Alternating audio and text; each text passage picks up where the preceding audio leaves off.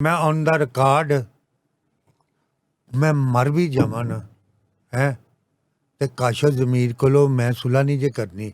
सुलह एक तरीके ना करांगा मैं ताड़ी मेरी गल सुन के जे उथे मक्के में ना मक्के मदीने कह दे मेरे अल्लाह ताला जो मैं गुनाह किते मैनू माफ कर दे जो मैं अख्तरला मैनू कहा वो गलत सी मैं उन्होंने एडवांस माफ कर देंगा। दुनिया का कोई बंदा मैनू मजबूर नहीं कर सकता क्यों कि मैं इज्जतदार हाँ। हुण मैं इत्थे लम्मियां गल्लां नहीं करनियां। मैं इज्जतदार आदमी मेरे वड्डियां ने कह दिता असीं कानूनी जंग लड़ांगे असीं इहनूं लाहौर नहीं रहन देना। ठीक हो गया असीं हाँ लाहौर नहीं रहन देना। ये फ्रॉड करदा है सब कुछ करदा है वो भी तुहाडे साथ मैंने आणगा जेड़ा तू कन्नां नूं हत्थ ला लेगा अंदर रिकॉर्ड होएगा। अच्छा ठीक हो गया। मैं तुहानूं एक वीडियो दे के जाना। ठीक है दुबईयों किसी ने मस्कत मान दे बार्डर तो भरी है।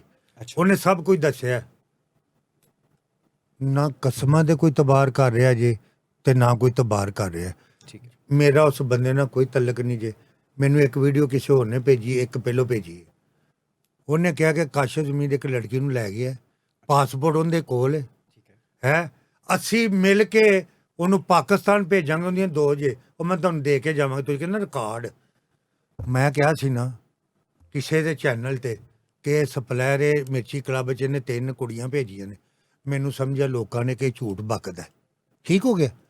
हुण उस गल ते लोकी मैनू समझ लग पे ने कि यह जिहड़ी गल एक अजनबी ने कीती है अख्तर लावा सही कहंदा है। ठीक हो गया ठीक हो गया। मेरी गल सुन अज तो बाद तेरे कोलों अहरम अल्लाह दा वास्ते मैनू माफ कर दे जेड़ी मैं जेड़ा तू कीता है वो मैं तेनू माफ कर दा जेड़ा मैं तेनू कहा तू मैनू माफ कर दे। लावा साहब तुसीं मेरी गल सुनो नहीं नहीं मेरी गल सुनो मेरे वड्डे हो एक मिनट लावा साहब मेरी गल सुनना अच्छा मेरे वड्डे हो मेरे सामने मेरे वड्डियां दा हाथ जोड़ना नहीं बनदा। अच्छा मैं हमेशा ये गल कहना अच्छा मेरी गल सुनो ਇਹਦੇ ਚ ਇਹ ਤੇ ਫਿਰ ਮੇਰੇ ਤੇ ਲਾਣਾ ਤੇ ਨਾ कि मेरे वड्डे मेरे आगे अच्छा हाथ मेरी जोड़न। गल सुनो चलो नहीं चलाना हथ जोड़ा नहीं चलाना। ठीक हो गया और मैं देख लांगा नहीं चलाना। मेरी गल सुनो हजरत अली दा कॉल है जेड़ा एक्सक्यूज कर रहा दलेर आदमी दलेर हुंदा बेशक अहरम जो मैं कहा मैं गलत तेरे बारे कहा है मैं एक्सक्यूज करना मैं जो मेरी गल सुन यार अगर कोई मेरा तेरे नाल लड़ाई कोई नहीं है चलो कोई गलतफहमी हुई निकल गई है ना तेरे दिल च रहना चाहिए ना मेरे दिल च। ठीक है मैं तेरे को मंग लिया ना मैं तेन कहा यार मैं एक्सक्यूज ठीक है वड्डापन दिखाया एक मैं तेरे फैन ने ना मेरे घर दे मेरे और फैन भी मैनू मार भी देंगे मैं माफ कर देंगा। ठीक हो गया। यह जिहड़ी गल है ना अगर तू इदों बाद किसी दे नाल मिल के भरे ते इंसानां वाला काम ते नहीं ना हैगा। जे मैं किसी दी साइड लिया मैं ऑन कैमरा आज एक गल करन लगा लावा साहब हुण सुन के जरा खवातीनो हज़रात मैं एक जर्नलिस्ट हाँ ते एक जर्नलिस्ट दा काम भला की हुंदा मौकफ लेना दोवां साइड्स दा।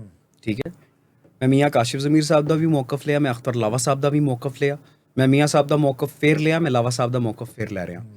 बीइंग अ जर्नलिस्ट जे मेरी किसी दे नाल यारी दोस्ती है भी ना ठीक है लावा साहब नाल है या मियाँ काशिफ ज़मीर दे नाल है या मिस्टर पतलू नाल है या किसी भी फलां टीम नाल है वो मेरी पर्सनल लाइफ है।